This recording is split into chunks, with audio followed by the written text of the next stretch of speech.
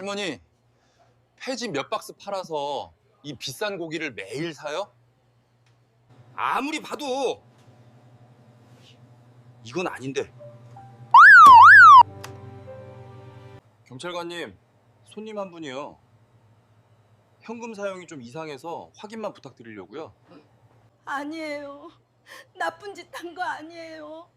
우리 애들 주려고 평생 아낀 돈이에요. 여러분이라면 이 상황 어떻게 판단하시겠습니까? 새벽 4시 도심의 소음이 잠든 시간에도 골목의 정막을 깨는 소리가 있었습니다. 기익, 기익. 윤하류가 다 마른 낡은 유모차 바퀴가 비명을 지를 때마다 75살 박말순 할머니의 마른 어깨가 함께 들썩였습니다. 할머니는 허리가 기역자로 굽어 시선이 늘 땅바닥을 향해 있었죠. 유모차 위에는 할머니의 몸집보다 2배는 높게 쌓인 폐지 더미가 위태롭게 흔들리고 있었습니다. 할머니의 손은 찬바람에 터져 갈라진 틈 사이로 거무스름한 때가 끼어 있었습니다. 그 손으로 유모차 손잡이를 꽉 쥔 채 할머니는 한 걸음씩 내딛는 것조차 버거운 듯 거친 숨을 몰아쉬었습니다. 입가에선 하얀 김이 연신 뿜어져 나왔고 낡은 점퍼 소매 끝으론 시린 바람이 사정없이 파고들었습니다. 그때였습니다. 골목 안쪽 어둠을 가르며 번쩍이는 검은색 외제차가 미끄러지듯 들어왔습니다. 차가운 금속 광택을 뽐내며 멈춰선 차에서 내린 사람은 이 동네에서 가장 큰 대박 정육점의 주인 최성철이었습니다. 그는 차 문을 닫자마자 고급 가죽 장갑을 낀 손으로 미간을 팍 찌푸렸습니다. 할머니의 유모차가 정육점 앞 전용 주차 공간을 불과 몇 센티미터 침범하고 있었거든요. 최성철은 자신의 번쩍이는 구두에 혹여나 먼지라도 묻을까 까치발을 들며 다가갔습니다. 그러고는 대뜸 구두 끝으로 할머니의 유모차 바퀴를 툭 찼습니다. 아, 진짜. 아침부터 재수없게 거짓골을 보니까 하루 망치겠네. 할머니, 이거 안 치워요? 유모차가 휘청이며 공들여 쌓은 폐지 뭉치 몇 개가 바닥으로 툭 떨어졌습니다. 말순 할머니는 깜짝 놀라 고개를 숙이며 바닥에 떨어진 종이들을 줍기 시작했습니다. 죄송합니다. 아이고, 제가 얼른 치울게요. 미안해요, 사장님. 얼른 갈게요. 할머니의 투박한 손이 바닥을 더듬을 때마다 최성철은 불쾌한 듯 코를 킁킁거렸습니다. 할머니에게서 나는 퀴퀴한 종이 냄새와 땀 냄새가 자신의 비싼 향수 냄새를 오염시키기라도 하는 양 그는 연신 손을 휘젓고 하며 뒤로 물러섰습니다. 할머니, 내가 몇 번을 말해요? 여기서 이러고 있으면 우리 가게 고기에서 폐지 냄새 난다니까. 사람이 급이 있지. 왜 자꾸 남의 영업장 앞에서 서성거려요? 저리 안 치워요? 최성철은 가게 셔터를 올리는 소리마저 할머니를 위협하듯 요란하게 냈습니다. 철제 셔터가 천장으로 빨려 올라가며 내는 날카로운 소리에 할머니는 움찔하며 유모차를 골목 구석으로 밀어붙였습니다. 최성철은 셔터를 고정한 뒤 보란듯이 고무 호스를 끌어와 수돗물을 틀었습니다. 에이, 재수 없어. 물이라도 좀 뿌려야지. 그는 할머니의 발치로 사정없이 물을 뿌려댔습니다.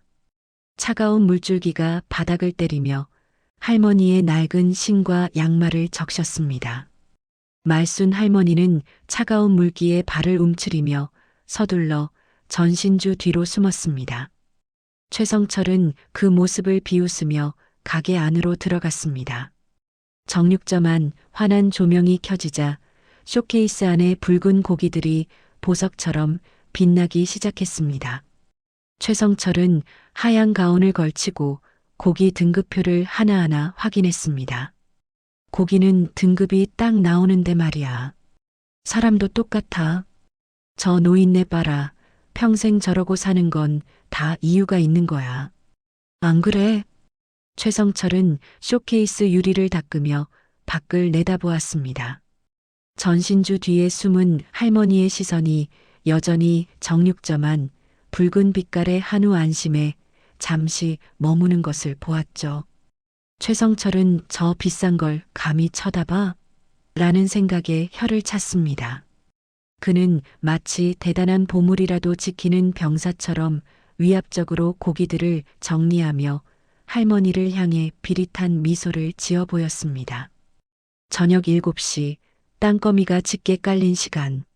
하루 종일 동네를 몇 바퀴나 돌며 폐지를 판 할머니가 다시 정육점 문을 열고 들어왔습니다. 할머니의 어깨에는 낮보다 훨씬 무거운 피로가 내려앉아 있었죠. 할머니는 조심스럽게 계산대 앞으로 다가가 검은 비닐봉지를 내밀었습니다. 사장님, 저 안심으로 6명 먹을 만큼만 주세요. 제일 부드러운 걸로요. 최성철은 고기를 썰다 말고 할머니를 위아래로 훑어봤습니다. 낡은 점퍼, 해진 바지, 그리고 낮에 뿌린 물에 젖어 눅눅해진 신까지. 그의 눈에 비친 할머니는 한우 안심과는 도저히 어울리지 않는 풍경이었습니다. 할머니, 안심 6인분이면 돈이 얼마인 줄 알고 하는 소리예요? 이거 비싸요. 할머니가 줍는 종이박스 10,000개는 팔아야 할 텐데 그냥 저기 수입고기나 사가시지. 최성철의 빈정거림에도 할머니는 묵묵히 봉투에서 지폐 뭉치를 꺼냈습니다. 빳빳한 5만원권 지폐들이었습니다. 마치 은행에서 갓 찾아온 것처럼요. 최성철은 순간 눈동자가 크게 흔들렸습니다. 그는 지폐를 가로채듯 뺏어들더니 형광등 불빛에 비춰보기까지 했습니다. 이거 진짜 맞아요? 할머니, 이 돈 어디서 났어? 혹시 이거 위조 지폐 아니야? 아니에요, 사장님.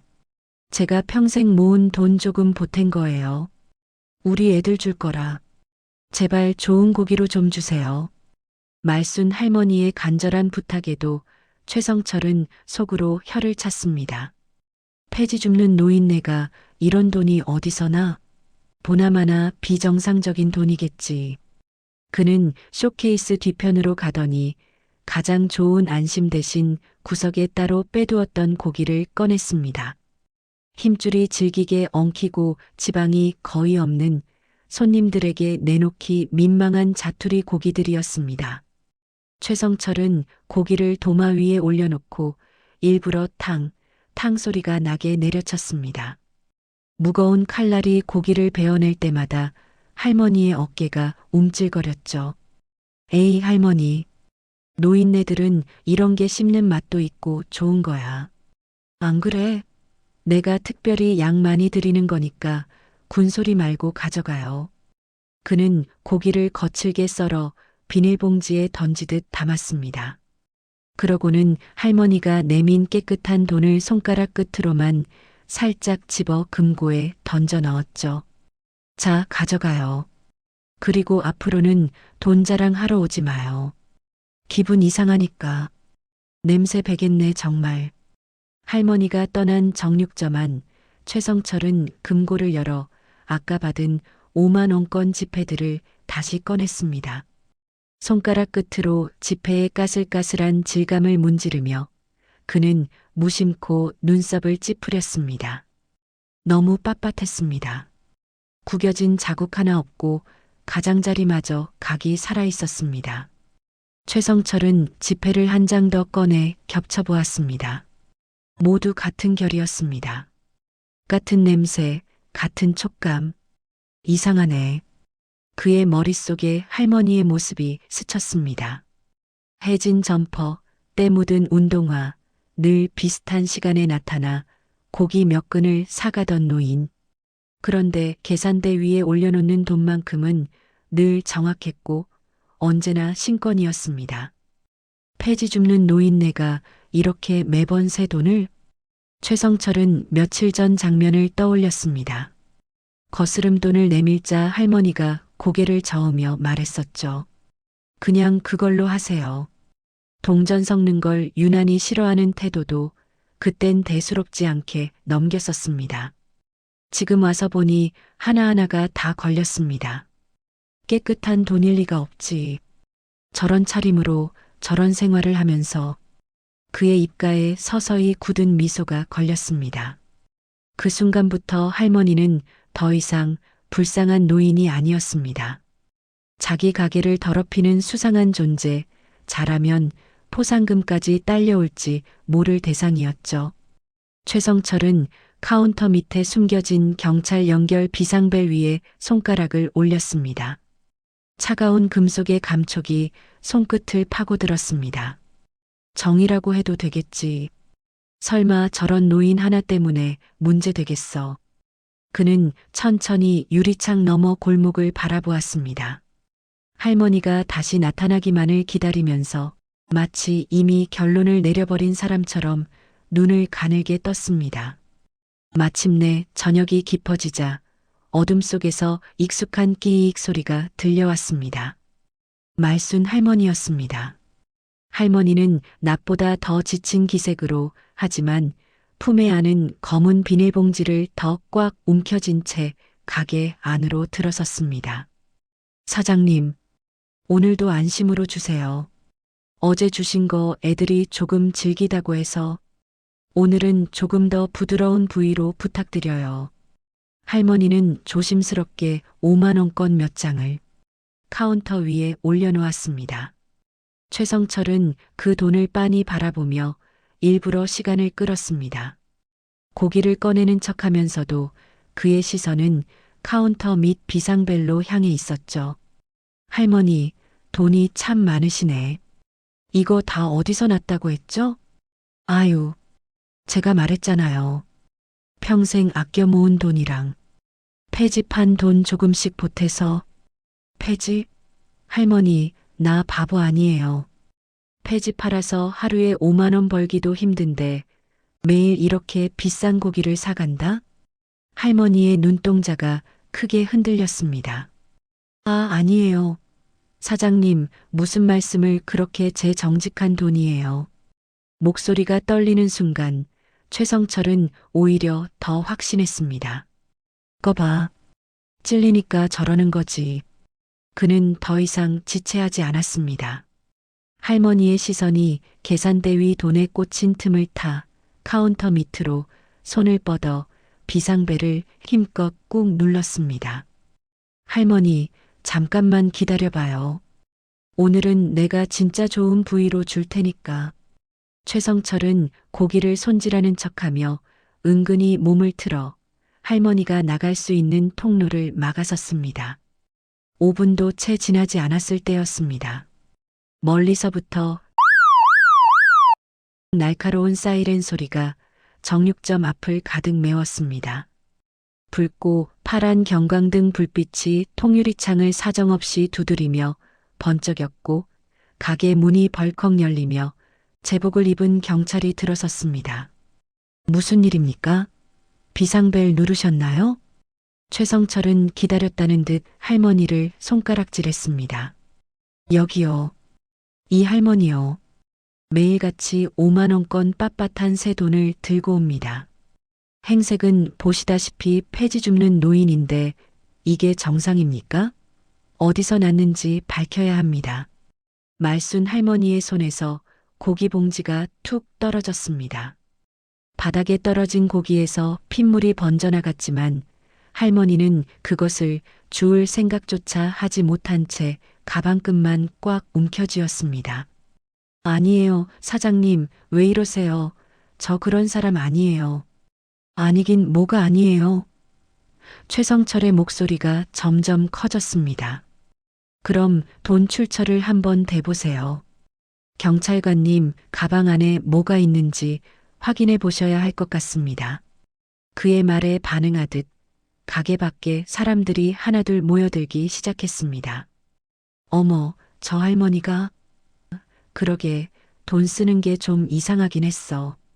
수군거림이 파도처럼 번졌고 사람들의 시선이 날카로운 송곳처럼 할머니의 등에 꽂혔습니다.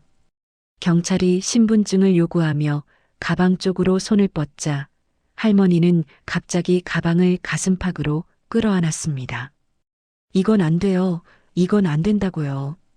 그 순간 가방 틈새로 손잡이가 닳아 붉게 녹슨 커다란 가위 하나가 드러났습니다. 최성철의 눈이 번뜩였습니다. 저거 보셨죠? 경찰관님, 보통 노인네가 왜 저런 흉기 같은 걸 들고 다닙니까? 이거 그냥 넘어갈 일 아닙니다. 말순 할머니는 고개를 푹 숙인 채 바닥에 떨어진 고기 위로 눈물만 뚝뚝 흘렸습니다. 최성철은 그 모습을 비웃듯 탈취제를 집어들어 공중에 사정없이 뿌려댔습니다. 경광등 불빛이 정육점 안을 뒤집어 놓는 사이 그의 오만한 미소가 붉고 푸른빛 아래서 일렁였습니다. 하지만 몇 시간 뒤 경찰의 전화는 최성철의 예상과는 정반대였습니다. 사장님, 이거 무고죄로 걸릴 수 있어요. 통장 다 확인했는데 수십 년간 모은 퇴직금이랑 폐지판 돈 맞습니다. 아주 깨끗한 돈이에요. 최성철은 전화를 끊고도 얼굴이 벌겋게 달아올랐습니다. 분명 뭔가 숨기고 있을 거야. 내가 모르는 비밀이 있겠지. 내가 틀렸을 리가 없어. 경찰이 내뱉은 아무 문제 없는 깨끗한 돈이니 귀가하셔도 좋습니다라는 판결은 최성철에게 있어 단순한 오해가 아니라 그가 평생을 바쳐 쌓아온 사람 등급론에 대한 파문 선고나 다름없었습니다. 최성철은 수입차 핸들을 꽉 쥐었습니다. 천연 가죽의 매끄러운 감촉이 손바닥에 땀과 뒤섞여 기분 나쁘게 쩍쩍 들러붙었습니다. 핸들이 그의 소나기에서 비명을 지르며 으스러질 듯 비틀렸습니다. 그의 손등 위로 굵은 핏줄이 성난 뱀처럼 돋아났습니다. 내가 틀렸다는 걸 인정하느니 차라리 저 노인네가 괴물인 게 낫다.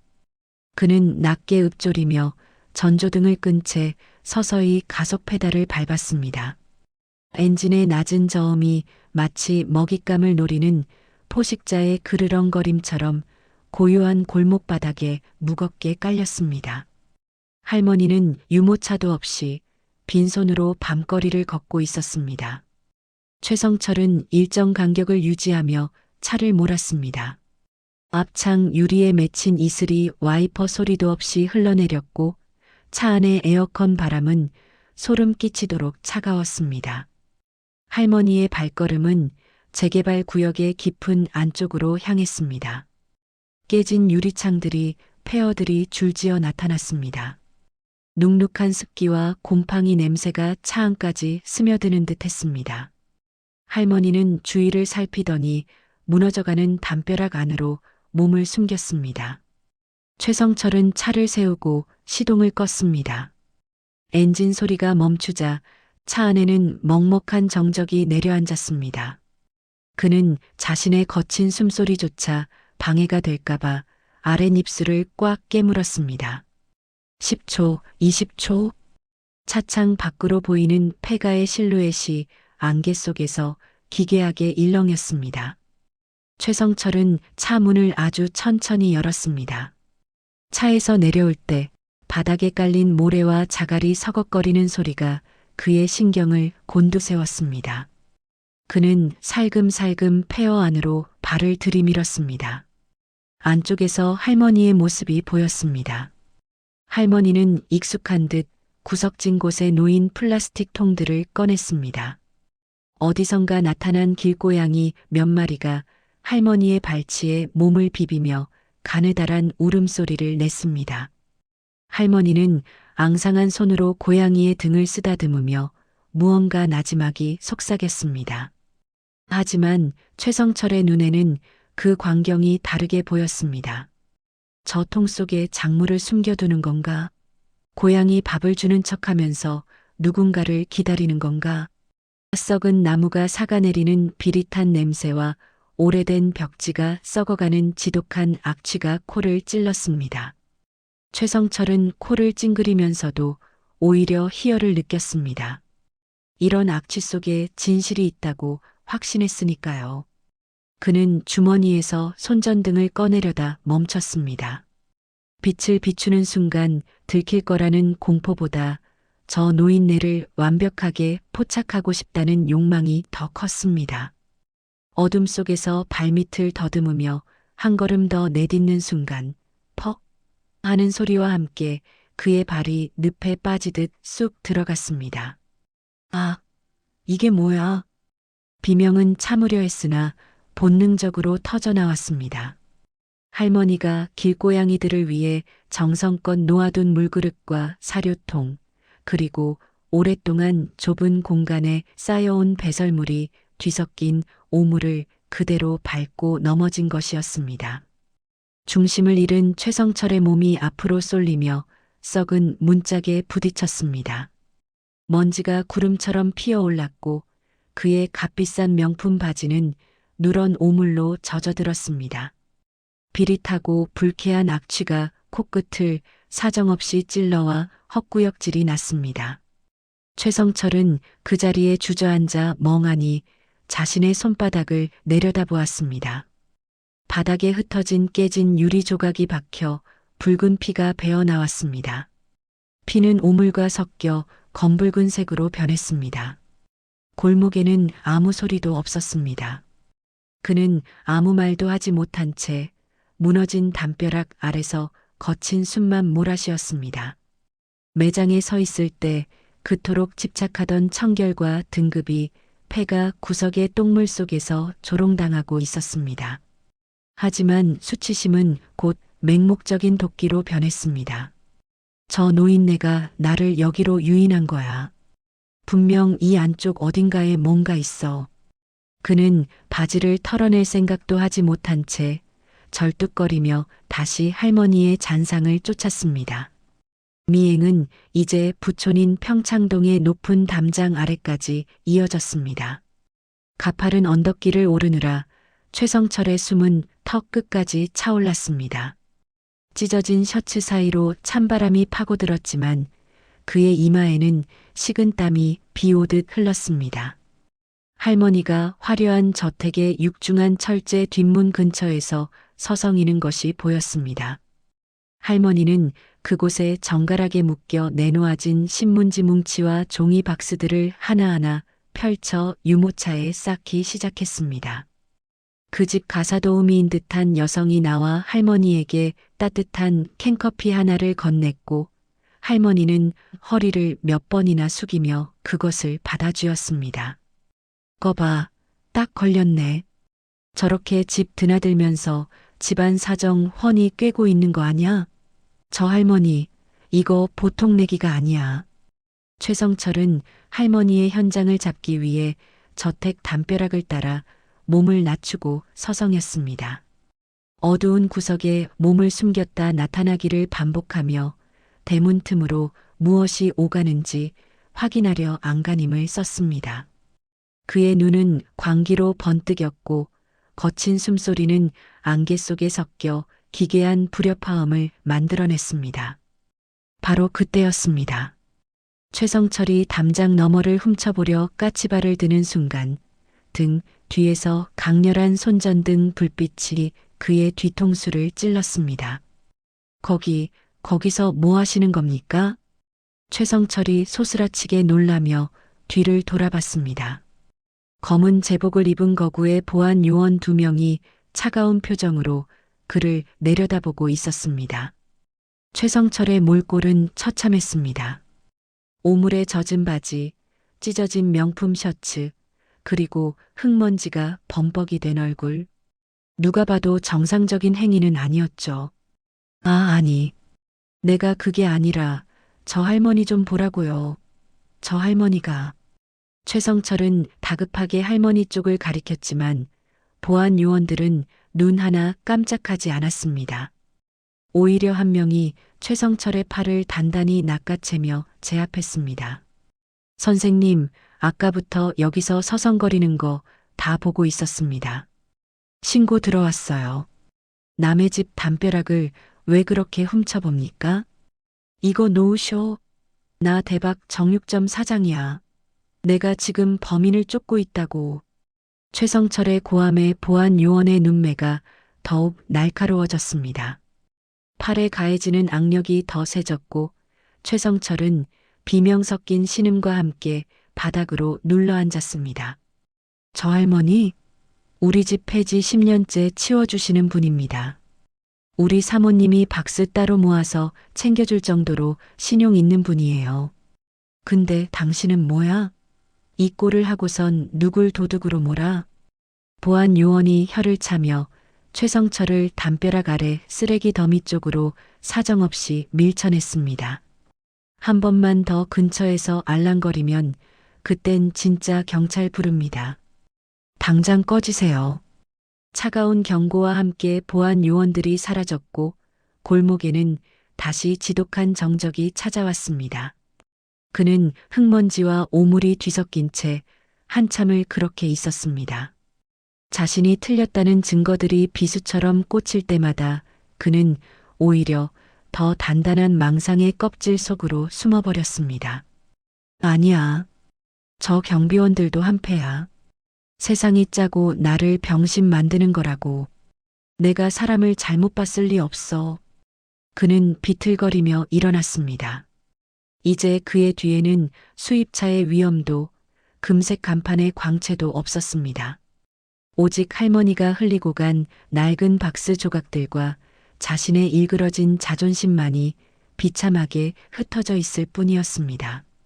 그는 안개가 자욱한 산동네의 끝자락, 희망의 집이라는 불빛을 향해 올라가기 시작했습니다. 산동네의 가파른 계단은 끝이 보이지 않았습니다. 안개에 젖은 공기가 폐부 깊숙이 박힐 때마다 최성철은 비릿한 쇠냄새와 곰팡이 냄새를 함께 들이마셨습니다. 오물로 얼룩진 명품 구두는 이미 밑창이 너덜거렸고 찢어진 셔츠 사이로 배어나오는 식은땀이 그의 몰락한 권위를 조롱하고 있었죠. 드디어 계단의 끝, 희망의 집 앞에 섰습니다. 담장 너머로 아이들의 웃음소리가 들려왔습니다. 할머니, 은수 배고파요. 고기 빨리. 7살 은수와 9살 지후, 그리고 이제 겨우 5살인 막내 민이. 할머니가 폐지를 줍다 만난 갈 곳 없는 아이들과 노인들이 모여 사는 곳이었습니다. 최성철은 대문을 발로 쾅 찼습니다. 딱 걸렸어. 이 유괴범 할멈. 이 어린 것들이랑 노인네들 당장 불어. 마당은 순식간에 공포의 도가니가 되었습니다. 낡은 장판 위에는 전구 하나에 의지한 소박한 밥상이 놓여 있었습니다.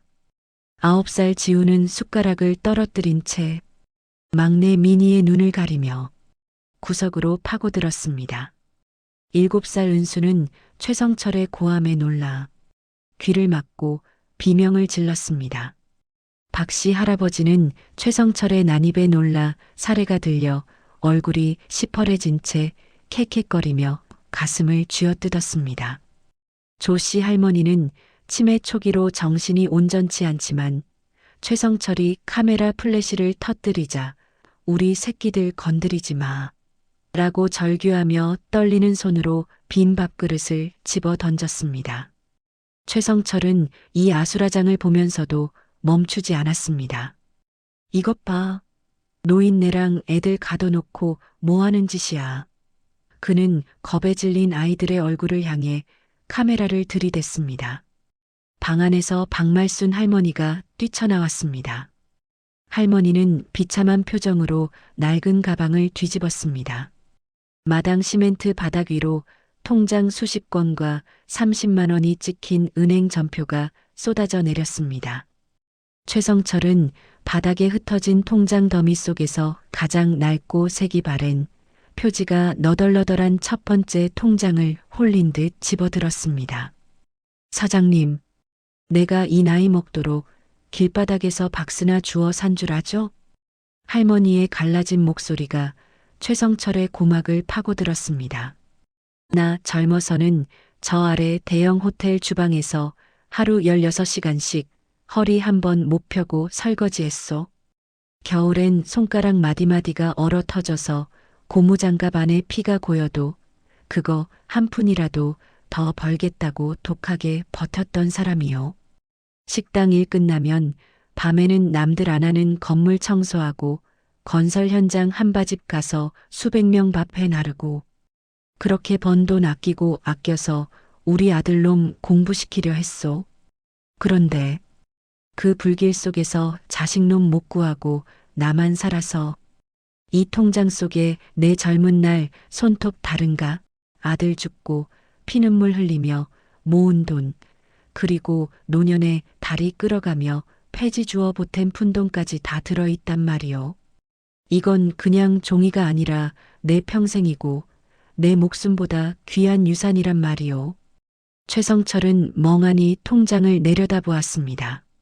첫 장엔 수십 년 전의 피땀 어린 기록이, 마지막 장엔 불과 사흘 전 폐지를 팔아 입금한 3,200원이 적혀 있었습니다.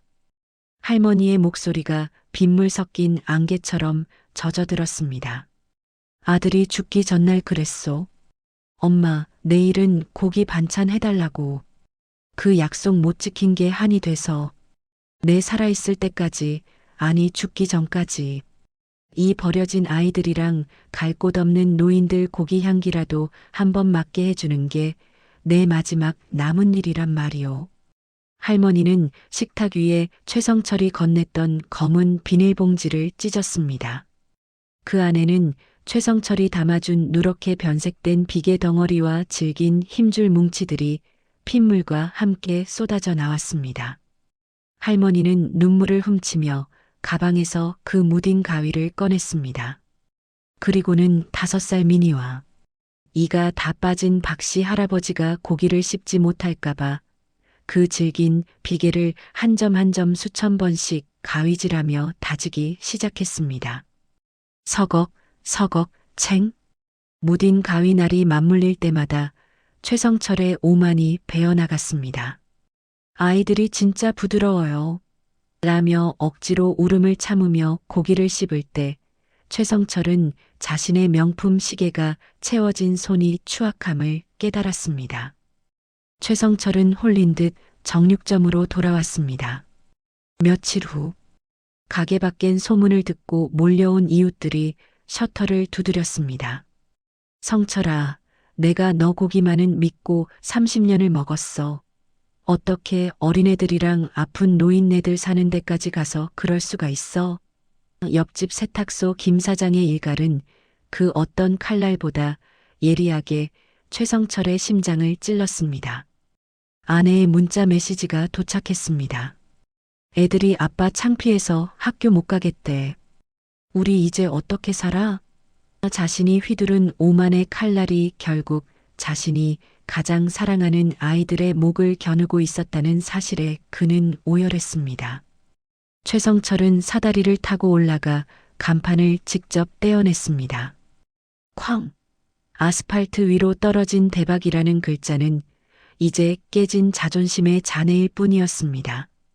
그는 불 꺼진 매장 안으로 들어와 의자에 앉았습니다. 주머니에서 할머니가 내밀었던 그 빳빳한 5만 원권 6장을 꺼냈습니다. 차가운 종이 위에 할머니의 굳은 살 베긴 지문이 묻어있는 것만 같았습니다. 그는 그 지폐를 가슴팍에 꼭 품었습니다. 죄송합니다. 정말로. 새벽 5시. 세상이 가장 어두운 시간, 하늘에 구멍이라도 난 듯 장대비가 쏟아지기 시작했습니다. 억수같이 퍼붓는 빗줄기는 정육점 앞바닥에 나뒹구는 대박이라는 일그러진 금색 글자를 무심하게 때려댔습니다. 불 꺼진 매장 안 최성철은 홀로 작업대 앞에 섰습니다. 그는 떨리는 손으로 냉장고 깊숙한 곳에 보관해 두었던 자신이 그토록 아끼던 최상급 2플러스 한우 안심 덩어리를 꺼냈습니다. 평소라면 1g이라도 더 무게를 늘리기 위해 비계 하나하나를 아까워하며 남겨두었을 테지만 지금의 그는 달랐습니다. 그는 가장 날카로운 칼을 들었습니다. 서걱, 서걱. 칼날이 고기결을 스치는 소리가 적막한 매장 안에 울려 퍼졌습니다. 최성철은 홀린 듯 고기를 다듬기 시작했습니다. 그는 단 1mm의 비계도 육안으로는 보이지도 않을 미세한 힘줄 하나도 용납하지 않겠다는 듯 신경을 굴렸습니다. 칼끝이 떨릴 때마다 그는 입술을 깨물며 집중했습니다. 그것은 고기를 파는 장사꾼의 손놀림이 아니었습니다. 자신의 썩은 영혼을 한 점 한 점 도려내어 정화하는 수행자의 몸짓에 가까웠습니다. 작업대 위로 눈물이 뚝뚝 떨어졌습니다. 고기결 사이로 스며드는 눈물은 그가 평생 흘려본 적 없는 진실한 참회의 기록이었습니다. 그는 손질한 고기를 한 점 한 점 정성스럽게 접어 예쁜 상자에 담았습니다. 그리고는 가게에서 가장 비싼 비단 보자기 아래 그 상자를 갈무리했습니다. 그는 가게 문을 열고 밖으로 나갔습니다. 쏟아지는 장대비가 단번에 그의 온몸을 적셨습니다. 옷 사이로 파고드는 빗줄기는 얼음장처럼 차가웠지만 최성철은 오히려 그 고통을 환영하듯 받아들였습니다. 그는 고기 상자를 가슴에 품고 다시 그 산동네 가파른 계단을 오르기 시작했습니다. 며칠 전 증오와 광기에 휩싸여 단숨에 치달았던 그 계단이 오늘은 천근만근 무거웠습니다. 빗물에 젖어 미끄러운 계단을 한 칸 오를 때마다 그는 휘청였고 무릎에선 비명 같은 통증이 느껴졌습니다. 하지만 그는 멈추지 않았습니다. 넘어지면 다시 일어났고 미끄러지면 벽을 짚고 버텼습니다. 마침내 희망의 집 대문 앞. 최성철은 그 낡은 목재 대문 앞에 멈춰 섰습니다. 그는 대문을 두드리지 않았습니다.